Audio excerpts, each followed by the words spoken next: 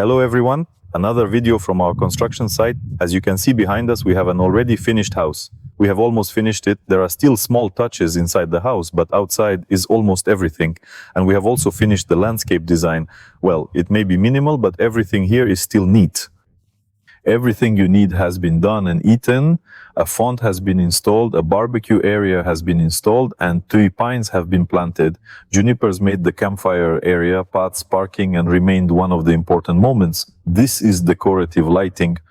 I want to say right away that we will not make New Year's garlands, these icicles that hang, and some people like it, but our house was built in a modern style, and therefore we want to make modern lighting as well. I immediately want to note that I don't know how to do this with my own hands yet in the process. Perhaps I will learn, but specifically to install decorative lighting, we invited guys from the company who will professionally make this lighting for us. Today, we will show you how to do it, and of course, at the end. See the result?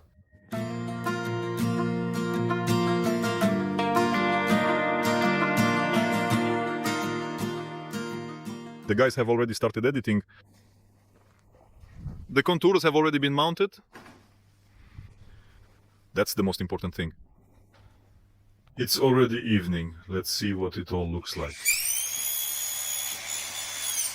I want to immediately notice, look at the guys' equipment, that is, there they have a battery-powered saw, and as you can see, all such body kits, that is directly for many workers at once. You can say, that is, when workers come to you, everything there is dirty.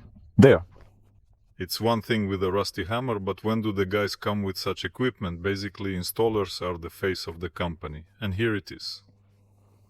I intend to emphasize that the team possesses very commendable equipment, truly impressive gear. Is that it? The guys have already left for the installation, and now we installed it. Already backlighting. It is controlled using a remote control like this, that is, it can be glued to the wall. Indoors or outdoors, indoors, and now run it.